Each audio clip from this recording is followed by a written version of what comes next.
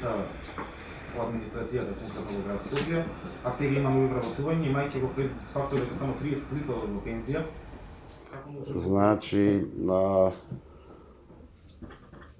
нема нови вработувања во смисла онака како што сакаше да се биде презентирано на јавноста. Има трансформација на работните односи што сме должни да го направиме согласно законот на луѓе кои што подолг период работеле по временски договори, ограничување. Знаете и сами, после 3 години вие сте должни како институција да го направите тоа. Тоа е првиот сегмент. Вториот сегмент е станува збор за програма за вработување која што е изготвена согласно систематизација на различните градски институции, која што систематизација никогаш не била пополнета, нити сега градот има потенцијал да ја пополни, меѓутоа во смисол на програма вие морате да ја донесете, бидејќи таа представува основ понатаму правен за да може да ги превземате било какви действија. Значи не станува збор за нови 700 вработувања, како што лажно имаше обид да биде прикажано на јавноста.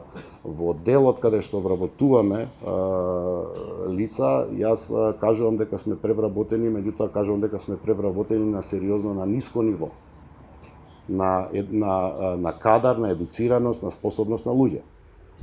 Кажав по неколку наврати, јас кога бев градоначалник, овој град имаше 19 обезбедувачи и 13 шофери.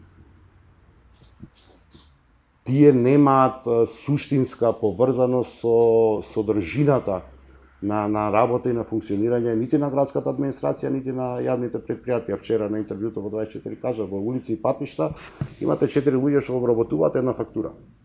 Еден што ја прима, еден што ја верификува, еден што ја одобрува и четврт што ја исплаќа.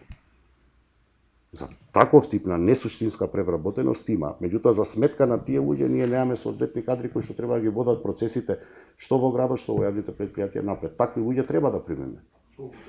Значи, пак е тоа проценка, не е... Има, велам, има, меѓутоа не можеме да дозволиме да имаме превработеност. А имаме превработеност на ниските нивоа. Тоа е таа превработеност за која што јас зборував. И пак велам, малку се лажни бројките, јалов еден обид, затоа што не е реална целата таа приказка. Сега знаете, барате од мене да образложувам зашо некој лаже.